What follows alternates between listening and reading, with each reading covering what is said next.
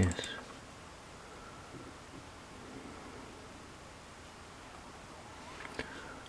So this is the photograph.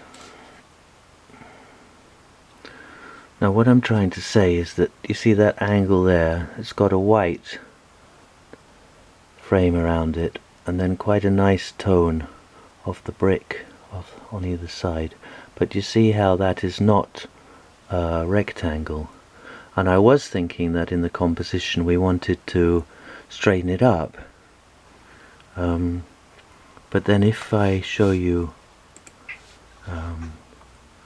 the photograph that Ken did here, where it is more or less a rectangle, and we can see what happens at the top. So I think we're just going, you see there's that doorknob there, these are marked here. I think we're just going to get a line of white along the top, so I didn't need to go right up to the edge with the pink there. And anyway, you might want to fold that over when you put it onto a stretcher, but anyway, we're going to have a bit of white there at the top. So you can see I've kind of fudged it in transferring it onto the canvas. I've kind of got it as a rectangle, but then Ken sent me this one, and it occurs to me that when you have somebody sitting at the bottom, that the original picture is going to work much better spatially, because you got this plane here and then this one up here. So in fact I think these angles to the line of the picture frame are quite important in order to create a kind of, in order to create a way of sort of holding the form of Laura's body. If you very kind of mechanically and intellectually made everything square, then you would flatten it. So I think we want to go in and then up, so we want to keep that angle. I think it's very important now. So it's not just colour that we're concerned with, so the next thing I'll do probably is mix up some sort of tone like that, some tone or hue like that, which is similar to her hair, funnily enough, and then just like her jeans are very similar to that pot. Then we've got this. So if I go back to the way that I edited it, when was that? I can't remember now. It was around the 19th.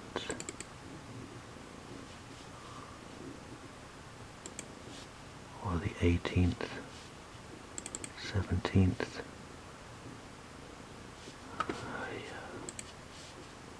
16th, 15th, no, 21, no, 20, here, no. It's a bugger trying to find things sometimes. Right, so here you can see, this is a good kind of repeating what I was just doing here, look.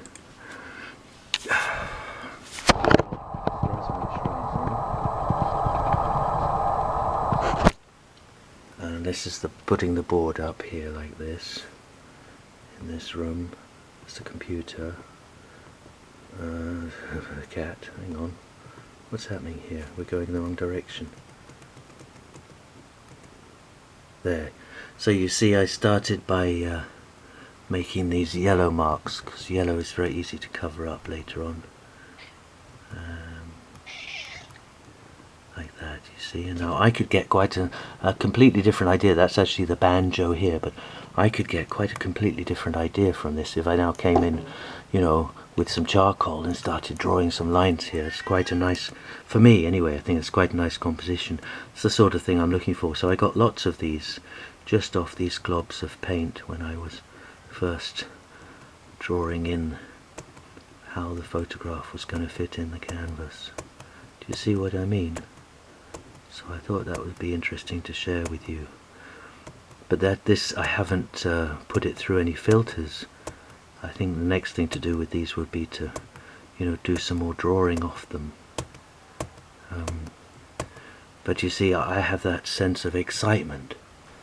I don't know if I can communicate it to somebody else, but certain things excite me. Unfortunately, if it all just gets trapped in the computer system, as the years go by, that excitement sort of turns into, can you see the projection there? That's actually projecting.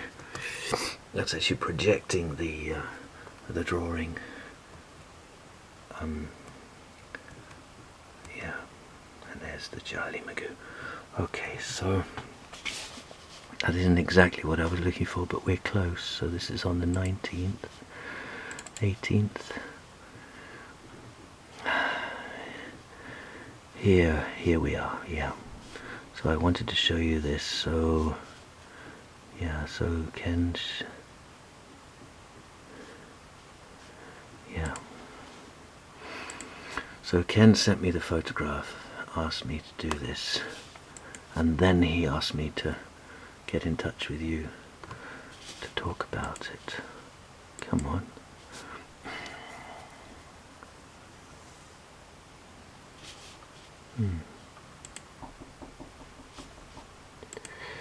Hang on, I'll come back in a moment.